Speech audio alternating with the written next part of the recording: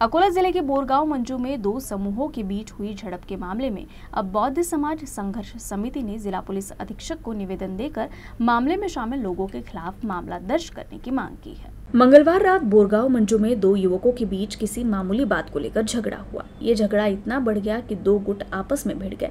इस घटना के बाद एक गुट ने बोरगांव मंजू पुलिस थाने में शिकायत दर्ज कराई।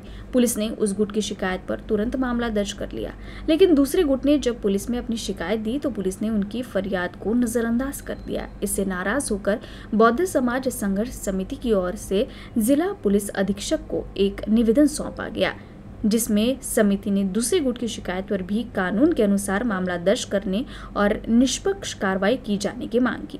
इस मौके पर बौद्ध समाज संघर्ष समिति के कई पदाधिकारी और कार्यकर्ता मौजूद थे। मला मिळून सांगितलं की बोरगाव येथील काल जो प्रकार घडला पोलीस प्रशासनाच्या वतीने, कारण आमच्या बौद्ध समाजावर जो अन्याय झाला त्यांना मारण्यात आलं, त्याच्यावर त्यांना जखमी असल्यानंतर त्यांना बसून ठेवण्यात आलं, परंतु त्यांच्यावर कोणताही त्यांचा रिपोर्ट घेतला न घेता त्यांना तुमच्या ज्यांनी काय होते तुम्ही करून घ्या, मी तुमचा रिपोर्ट घेत नाही असं बोलून त्यांना आणून दिलं। म्हणून गावातील ज्या महिला वगैरे सर्व गेल्या पोलीस स्टेशनला भेटायसाठी, त्यावेळेस त्यांनी असं त्या महिलांना सुद्धा पोलीस स्टेशनच्या बाहेर हाकलून लावलं।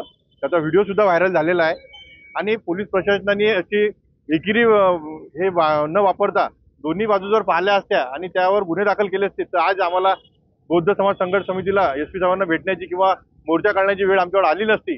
परंतु हे पोलीस प्रशासनाच्या निष्काळजीपणामुळे झालेलं हे कारण आहे, कारण की पोलीस प्रशासनाने जर निष्काळजीपणा केला नसता आणि त्यांच्यावर तात्काळ गुन्हे जर दाखल केले असते तर आज आम्हाला इथं येऊन तुम्हाला गुन्हे दाखल करा म्हणायची वेळ आली नसती।